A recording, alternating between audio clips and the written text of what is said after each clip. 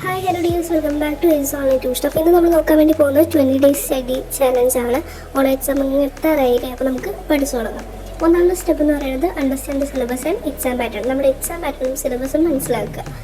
രണ്ടാമത്തേന്ന് പറഞ്ഞാൽ prioritise high weightage topic. നമുക്ക് ഏറ്റവും കൂടുതൽ വെയിറ്റേജ് ഉള്ള ടോപ്പിക് ഏതാണോ അത് നമ്മൾ കുറച്ചുകൂടെ പ്രയോറിറ്റി കൊടുക്കുക. പിന്നെ മൂന്നാമത്തെ ടിപ്പ് എന്ന് പറയുന്നത് ക്രിയേറ്റ് എ സ്റ്റഡി ഷെഡ്യൂൾ. നിങ്ങൾക്ക് പറ്റുന്ന പോലെ ഒരു സ്റ്റഡി ഷെഡ്യൂൾ, അതിനിപ്പോൾ എങ്ങനെ ആയിക്കോട്ടെ നമുക്ക് സ്യൂട്ട് ആവുന്ന ഒരു സ്റ്റഡി ഷെഡ്യൂൾ അങ്ങനെ ക്രിയേറ്റ് ചെയ്യാം.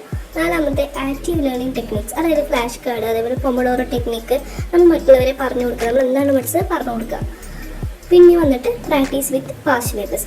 നമ്മുടെ പഴയ ക്വസ്റ്റ്യൻ പേപ്പേഴ്സൊക്കെ നല്ലപോലെ പ്രാക്ടീസ് ചെയ്ത് പഠിക്കാം. ഇനി നമുക്ക് സാമ്പിൾ 20 ഡേയ്സ് സ്റ്റഡി പ്ലാൻ നോക്കാം.